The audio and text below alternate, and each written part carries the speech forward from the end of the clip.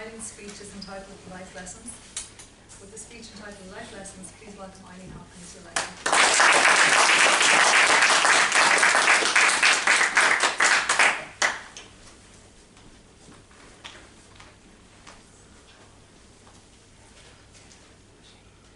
Have you ever been told to stop acting like a child? Well, I have. Madam Contest Chair, fellow Toastmasters and guests. John Bradshaw, American author, has described children as natural Zen masters because for them, every moment is a new experience. And Bradshaw's words got me thinking. The amount of time we constantly try to impart our knowledge and learnings on children, and like tiny little sponges, they soak it all up and let it in. But do we ever stop to think what we can learn from children? Because I believe children have this, it's an innate capacity to teach us the simple things that many of us adults, we simply forget. And if, like me, you don't have children, you can still learn by observing children. And today, I'm going to share with you 3 of my most powerful teachers. I will introduce you to Hannah, Pádraig, and Kevin. I'll share some of what I've learned from them and how I believe it has made me a better Toastmaster. Hannah, age 7. She has taught me the power of living in the moment. Because when Hannah is playing, she's totally focused on what she's doing. She's not worrying about what happened yesterday, what's going to happen tomorrow. And I remember one day looking out my window, she was running in the grass looking for ladybirds. She wasn't looking to see who was watching her or what was happening. She was just enjoying it. And you know, it got me thinking, if Hannah was entering a Toastmasters contest, she would just enjoy every moment of it. Because she wouldn't be worried about what everybody is thinking. She'd just embrace the whole experience. And to me, that's really powerful, you know? So then, Pádraig, age 4. Pádraig has taught me to believe in myself. Because that's exactly what he does. I remember one day watching him. He was building Lego, building a castle. And I was watching it, and it was good, you know? And I went to him and I said, "Whoa, Pádraig, that's brilliant." And he turned to me and he just said, "Yeah, I know."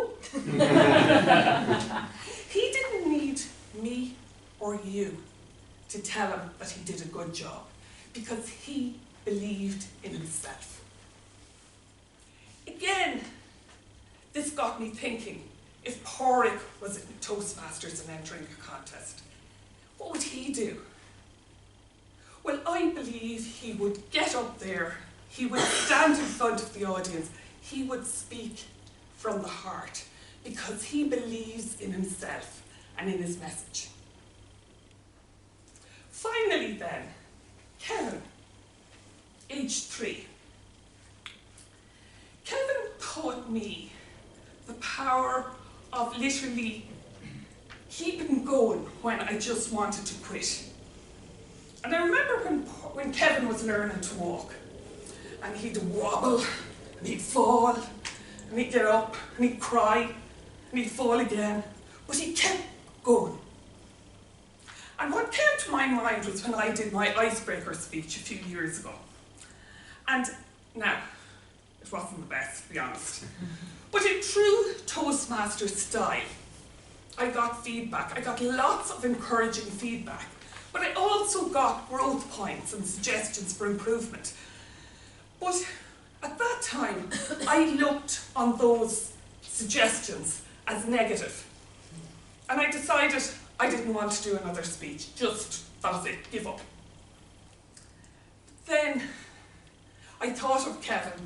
wobbling and falling and getting up again. So I went home, I got out all my feedback. I read through it all to see what I could learn from it. And Toastmasters, that learning is what has me standing here today. So I introduced you to my 3 most powerful teachers, to Hannah, Pádraig and Kevin. And I think from what you've heard, you can see how much I've learned from them. Like, think of Hannah. She'd go up doing her speech and she'd walk up into the room. She wouldn't be looking around. She'd embrace the experience and enjoy it. Pádraig, again, he would come right up. He would believe in himself. He would speak from the heart because he believes in what he's doing. And Kevin, well, with his determination, he would keep entering the contest again and again until, yes, until he won it. So my message to all of you here today, when you're doing your next speech, when fear takes over, when self-doubt envelops you, when you feel you can't do it, just stop and think, what would that little child you once were do? And the next time somebody accuses you of acting like a child, embrace it. Because I believe that everything is possible when we see it through the eyes of a child. Madam Contestant.